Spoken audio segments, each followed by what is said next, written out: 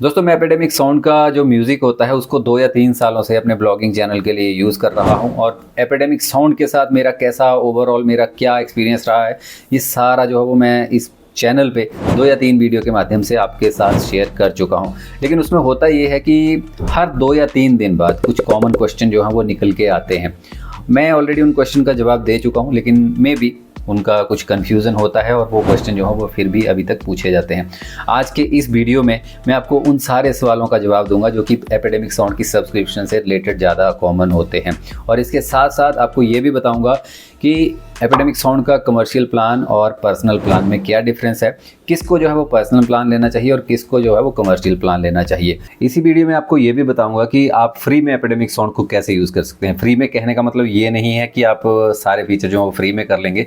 Free में एक limit ये है कि आप अपने कंटेंट को मोनेटाइज नहीं कर सकते हैं। तो अगर आप बिना मोनेटाइजेशन के इसको फ्री में यूज़ करना चाहते हैं तो इस वीडियो में वो भी बता दूंगा। अगर आप एक कंटेंट क्रिएटर हैं तो आपको बता दूं, जिन लोगों को नहीं पता है कि एपिडेमिक साउंड क्या है, तो एपिडेमिक साउंड एक ऐसा प्लेटफॉर्म है जहां पर आपको ढेर सारा रॉयल्टी फ्री म्यूजिक मिलता है, बढ़िया साउंड इफेक्ट मिलते हैं, तो बहुत सारी वैरायटी जो है वो आपको वहां पर सुनने को मिलती है।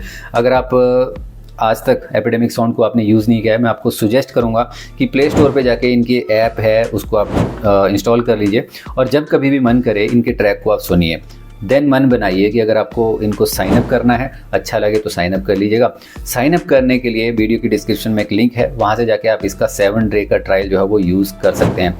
अब चलिए चलते हैं, आपके जो भी सवाल हैं उनके आंसर मैं करता हूं। तो देखिए, सबसे पहला जो कॉमन क्वेश्चन है जो कि बहुत सारे लोग पूछते हैं वो ये है कि अगर मैंने सब्सक्रिप्शन ले ली और उसके जैसे मान के चलिए मैंने 1 महीने की सब्सक्रिप्शन ली, उसमें मान के चलिए 4 वीडियो मैंने अपलोड कर दिए अपने यूट्यूब के चैनल के ऊपर, तो जब मेरी सब्सक्रिप्शन ख़त्म हो जाएगी तो उसके बाद क्या उन वीडियो पे कॉपीराइट आएगा?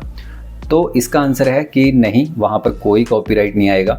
और इस सवाल के साथ साथ एक और सवाल जोड़ना चाहूँगा ताकि उन दोनों को कंबाइन करके एक ही आंसर में आपको सारा सॉल्यूशन उसका मिल जाए। कुछ लोग पूछते हैं कि मैंने मान के चलिए 1 महीने की सब्सक्रिप्शन ली और इनके ट्रैक जो है वो डाउनलोड करके अपने कंप्यूटर में सेव कर लिए, अपने मोबाइल में सेव कर लिए, और उसके बाद सब्सक्रिप्शन चाहे ख़त्म हो जाए और मैं फिर अपने वीडियो में क्या उनके ट्रैक को यूज़ कर सकता हूँ? तो अब आते हैं आंसर पे। जब भी आप इनकी सब्सक्रिप्शन लेते हैं, मान के चलिए मैंने आज इसकी 1 महीने की सब्सक्रिप्शन ली या फिर मैंने 7 दिन का ट्रायल वर्जन यूज़ करना चाहा, तो 7 दिन तक मैं जितने भी वीडियो इनके म्यूज़िक के साथ अपने यूट्यूब चैनल या फिर फेसबुक या इंस्टाग्राम पे अपलोड करूँगा वो हमेशा के लिए कॉपीराइट फ्री रहेंगे, उन पे कभी भी कॉपीराइट नहीं आएगा। इसके बाद 8वें दिन जब मेरा ट्रायल वर्जन ख़त्म हो जाएगा या फिर 1 महीने बाद, अगर आपने 1 महीने की सब्सक्रिप्शन ली है, उसके बाद आपने कोई भी वीडियो इनके म्यूज़िक के साथ यूज़ किया, तब आपको वहाँ पर 100% कॉपीराइट आना ही आना है। तो ये मान के चलिए कि जब तक सब्सक्रिप्शन है तब तक बेझिझक कोई भी कंटेंट अपलोड करिए, उस पर कभी कॉपीराइट नहीं आएगा। आफ्टर सब्सक्रिप्शन, जब आपकी सब्सक्रिप्शन एक्सपायर हो जाती है, तब आप कंटेंट अपलोड मत करिए बिना सब्सक्रिप्शन के। यहाँ पे एक चीज़ आपको बताना चाहूँगा जो गलती आप कर सकते हैं, वो ये है कि जब भी आप ट्रायल वर्जन के लिए साइन अप करते हैं 7 दिन के लिए, तो होता ही है कि मान के चलिए 8वें दिन आपका रिन्यूअल होना है, आपकी जो सब्सक्रिप्शन है वो रिन्यू होनी है और आप चाहते हैं कि वो ना हो, आपको हो सकता है ट्रैक पसंद नहीं आए हैं, आपने किसी भी रीज़न से नहीं आगे कंटिन्यू करना है, तो वहाँ से जाके ना उसको सब्सक्रिप्शन को कैंसिल ज़रूर कर देना जब भी आपकी रिन्यूअल के लिए हो। अदरवाइज़ क्या होगा कि आपके क्रेडिट कार्ड से ऑटोमेटिकली पैसे डिडक्ट हो जाएंगे अगर आपने वो सब्सक्रिप्शन कैंसिल नहीं की। तो इस चीज़ का खासा ध्यान रखना।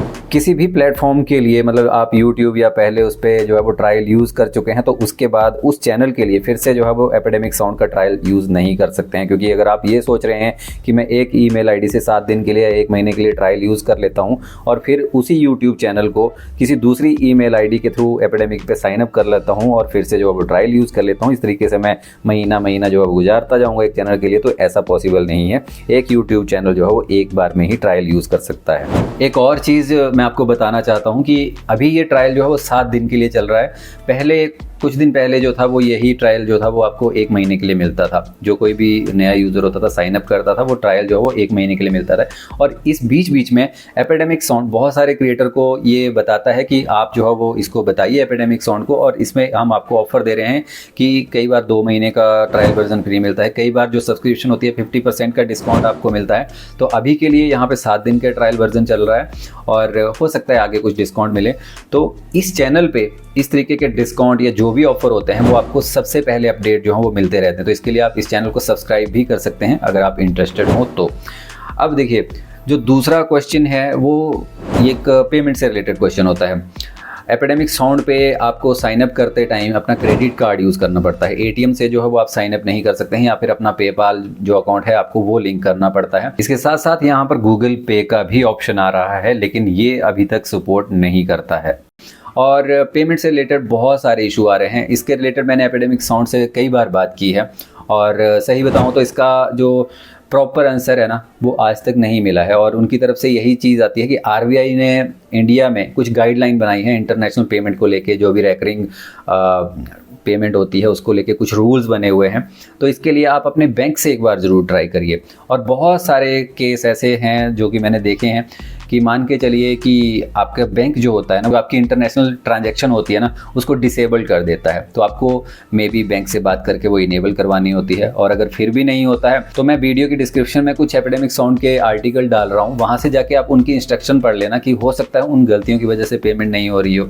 और वहाँ पे उन्होंने ये भी लिखा हुआ है कि जो मास्टर कार्ड और वीज़ा कार्ड हैं वो ही जो है वो एलिजिबल होंगे इस पेमेंट के लिए, और पेपल का अकाउंट जो है वो आप लिंक कर सकते हैं। तो पेमेंट से रिलेटेड आप जितने भी क्वेश्चन पूछते हैं तो सीरियसली बताऊं कि ये एपिडेमिक साउंड कहता है कि इस साल 2024 में हम पूरी कोशिश कर रहे हैं कि इसका कोई ना कोई सोल्यूशन जो है वो निकल के आ जाएगा। तो जब भी मुझे कोई भी अपडेट मिलेगा कि इसका कोई सोल्यूशन निकल के आया है, तब मैं इसके ऊपर एक पूरा वीडियो जो है वो आपको इस चैनल पे अपलोड करके बता दूंगा। आपकी हेल्प के लिए कुछ ट्रिक्स बता दूं जो कि कुछ लोगों ने मुझे कमेंट करके बताए थे कि उनका क्या एक्सपीरियंस रहा है।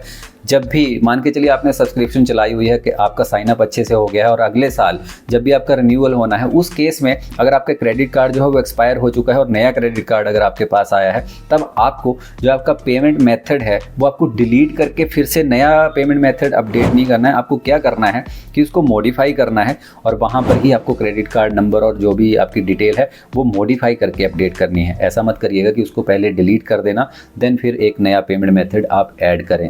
उससे भी कई बार इशू जो है वो हो रहे हैं। कोई लोग जो है वो, जैसे झारखंड से मुझे किसी ने कमेंट किया हुआ था, तो वहाँ पर उनका यही इशू था। तो उन्होंने मुझे बताया कि अगर मैंने पेमेंट मेथड को मॉडिफाई किया है तब जाके जो है वो मेरा जो प्रॉब्लम थी वो सॉल्व हो गई थी। नॉर्मली मैंने देखा है कि एचडीएफसी और जो आईसीआईसी बैंक हैं, जो ये थोड़े अच्छे बैंक हैं प्राइवेट, इनसे जो है वो आपको प्रॉब्लम नहीं आती। अगर आप इनका क्रेडिट कार्ड यूज़ करते हैं तो इन पे जो है वो ज़्यादा इशू नहीं आपको फेस करने पड़ेंगे। और फिर भी अगर कुछ इशू आ रहे हैं तो आप कस्टमर केयर पे बात करके जो अपनी इंटरनेशनल ट्रांजैक्शन के बारे में उनसे जो है वो डिटेल में बात करिए, तो कोई ना कोई सोल्यूशन आपको मिल जाएगा। कुछ लोग ये पूछते हैं कि इनकी सब्सक्रिप्शन लेने के लिए क्या चैनल का मोनेटाइजेशन होना ज़रूरी है? जी नहीं, ऐसा कुछ भी नहीं है। अगर आपका चैनल मोनेटाइज नहीं है तब भी इनको कोई फ़र्क नहीं पड़ता है। इनको तो अपनी सब्सक्रिप्शन से मतलब है, तो भी आप इनकी सब्सक्रिप्शन को यूज़ कर सकते हैं अपने चैनल के अंदर, चाहे वो मोनेटाइज है या फिर नहीं है, कोई फ़र्क नहीं पड़ता है। तो चैनल का मोनेटाइजेशन होना ज़रूरी नहीं है इसकी सब्सक्रिप्शन लेने के लिए। लेकिन यहाँ पर एक पॉइंट जो मैंने आपको बताया था कि फ्री में इसको कैसे यूज़ कर सकते हैं, वो वाला शायद जो है वो मैं यहाँ पर आपको एक्सप्लेन कर सकता हूँ। तो देखिए, जब भी आप इसको साइन अप करते हैं ना, तब आपको एक फ्री प्लान भी मिलता है, और इसमें ये लिखा हुआ है कि 10 डाउनलोड जो है वो पर मंथ आपको फ्री हैं। 10 ट्रैक जो है वो आप इसके डाउनलोड कर सकते हैं और उसको यूज़ कर सकते हैं फ्री में। और publish content to your own social media channel, no credit card required. लेकिन इसमें 2 कंडीशन ऊपर ही लिखी हुई हैं कि मोनेटाइज नहीं कर सकते हैं आप अपने कंटेंट को, प्रमोट ए बिजनेस, ब्रांड और क्रिएट ए क्लाइंट वर्क। इन चीज़ों को अगर आप नहीं करना चाहते हैं तब आप इनके 10 जो हैं वो ट्रैक वो यूज़ कर सकते हैं अपने कंटेंट के अंदर। लेकिन यहाँ पर एक चीज़ का मुझे भी कन्फ्यूज़न है कि ये जो यूट्यूब है, यूट्यूब के वीडियो हैं, क्या इनको सोशल मीडिया में माना जाएगा या नहीं माना जाएगा? इसके लिए मैंने अभी एपिडेमिक साउंड को एक मेल कर दी है। जब भी इसका रिप्लाई आएगा वो आपको मैं कमेंट में बता दूंगा, या फिर आप मुझसे कमेंट में पूछ लेना अगर आप कुछ ऐसा सोच रहे हैं तो इस तरीके से जो है वो आप फ्री में भी इसको यूज़ कर सकते हैं। कुछ लोग कमेंट करते हैं कि इनको कैसे पता चलेगा कि मैं कौन से यूट्यूब के चैनल के ऊपर जो है वो म्यूज़िक अपडेट कर रहा हूँ, या फिर ये जो है वो कोई चैनल का लिंक मांगते हैं। तो जब भी आप साइन अप करते हैं तो 3 प्लेटफॉर्म के लिए जो है वो आपको अपने URL डालने पड़ते हैं। आपको अपने यूट्यूब के चैनल का लिंक जो है वो वहाँ पर डालना है कि आप किस यूट्यूब चैनल के ऊपर जो है वो इनका म्यूज़िक यूज़ करने जा रहे हैं, ताकि ये इस चीज़ को ट्रैक कर सकें कि आपकी सब्सक्रिप्शन के दौरान वहाँ पर कितने वीडियो जो है वो अपलोड हुए हैं। इसके साथ साथ आप अपना फेसबुक, इंस्टाग्राम, टिकटॉक या कोई भी पॉडकास्ट या वेबसाइट से रिलेटेड जो भी आपके URL हैं वो भी आप वहाँ पर अपडेट कर सकते हैं। तो यहाँ पे पर्सनल और कमर्शियल प्लान का क्या फ़र्क है उसके लिए मैं आपको स्क्रीन पे समझा देता हूँ कि देखिए, आप इनकी सब्सक्रिप्शन ईयरली भी ले सकते हैं, मंथली भी ले सकते हैं। ईयरली लेते हैं तो आपको $6 पर मंथ पड़ेगा, वहीं कमर्शियल प्लान आपको $12 पर मंथ पड़ेगा। अगर आप मंथली लेते हैं तो पर्सनल जो है वो $7 पर मंथ हो जाता है और कमर्शियल जो होता है वो $25 पर मंथ पड़ जाता है। अब यहाँ पर देखते हैं कि फ़र्क क्या है दोनों में, किसको जो है वो पर्सनल लेना चाहिए, किसको जो है वो कमर्शियल लेना चाहिए। यहाँ पर मुझे किसी ने कमेंट करके पूछा था कि अगर मेरे क्लाइंट्स हैं जिनके लिए मैं काम करता हूँ, फ्रीलांसिंग काम करता हूँ, कोई प्रोजेक्ट वगैरह बनाता हूँ, अगर उनमें मैं म्यूज़िक यूज़ करूँ तो कोई इशू तो नहीं है। तो अब आते हैं उसी बात पे, अगर आप कुछ ऐसा काम करते हैं कि क्लाइंट्स के लिए प्रोजेक्ट बनाते हैं तो वहाँ पर आपको कमर्शियल प्लान लेना चाहिए। कमर्शियल में आपको ये लिमिट होती है कि आप अपने क्लाइंट्स के लिए जो भी ट्रैक यूज़ करते हैं उनको सेफ लिस्ट कर सकते हैं। वो भी मैं अभी बताऊँगा आपको कि कहाँ से जाके जो है वो आप सेफ लिस्ट कर सकते हैं इस कंटेंट को। लेकिन फ़िलहाल पर्सनल पे आते हैं। अगर आप एक इंडिविजुअल क्रिएटर हैं, चुपचाप आपका एक यूट्यूब चैनल है, एक फेसबुक का पेज है, इंस्टाग्राम आईडी है, तो आपको पर्सनल प्लान ही लेना चाहिए। यहाँ पर लिखा हुआ है कि मोनेटाइज 1 चैनल पर प्लेटफॉर्म। तो अनलिमिटेड सॉन्ग आप यूज़ करिए, कोई दिक्कत नहीं है, कोई कॉपीराइट नहीं आएगा। और जैसे आपका एक यूट्यूब चैनल है तो आप उसको मोनेटाइज करते हैं, लेकिन अगर आपके मल्टीपल यूट्यूब चैनल हैं, आप चाहते हैं कि उनको भी आपको इसके म्यूज़िक के साथ आगे लेके जाना है, तब आपको कमर्शियल लेके जाना है, कमर्शियल प्लान आपको लेना है। वहाँ पर आपको 3 चैनल की लिमिट बन जाती है। जहाँ पर्सनल में 1 चैनल की लिमिट थी, अब वहाँ पे कमर्शियल में आपको 3 चैनल की लिमिट बन जाती है।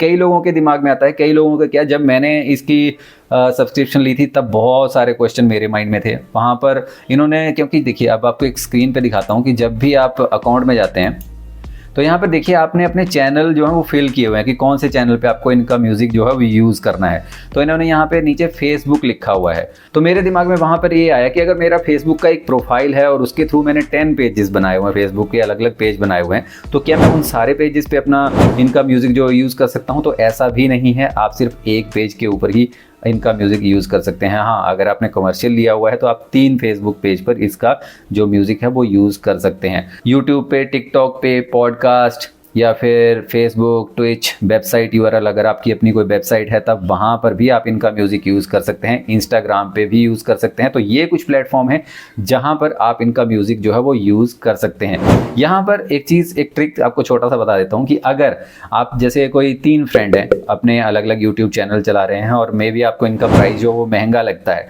तब आप 3 फ्रेंड मिलके इनकी सब्सक्रिप्शन परचेज कर सकते हैं और 3 जो आपके यूट्यूब चैनल हैं उनको जो है वो इनके म्यूज़िक के साथ आगे लेके जा सकते हो और वहाँ पर आपकी कॉस्ट भी बच जाएगी क्योंकि वो 3 लोगों में डिवाइड हो जाएगी।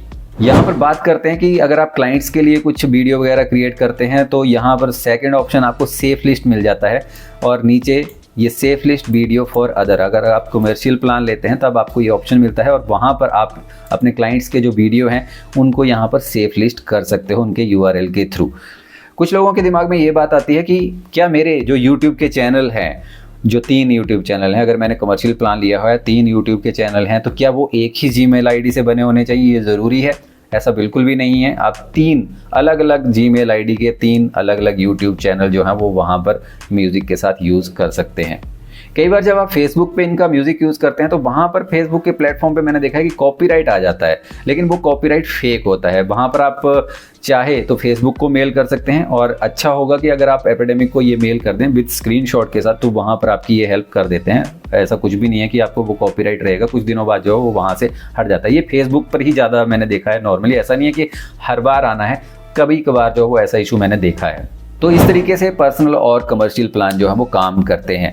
और आई होप कि इस वीडियो को देखने के बाद एपिडेमिक साउंड के बारे में आपका कोई भी क्वेश्चन नहीं रहा होगा। फिर भी अगर आपको लगता है कि अभी भी आपको कोई कन्फ्यूज़न है, आप मुझे इंस्टाग्राम पे मैसेज कर दीजिएगा या फिर यहाँ पर भी कमेंट करके पूछ सकते हैं। तो अगर आपको ये वीडियो पसंद आया हो तो इसको लाइक करके ज़रूर जाइएगा और इस तरह का कॉन्टेंट देखने के लिए आप मेरे चैनल को सब्सक्राइब करके ज़रूर जाइएगा। मिलते हैं अपने एक नेक्स्ट वीडियो में।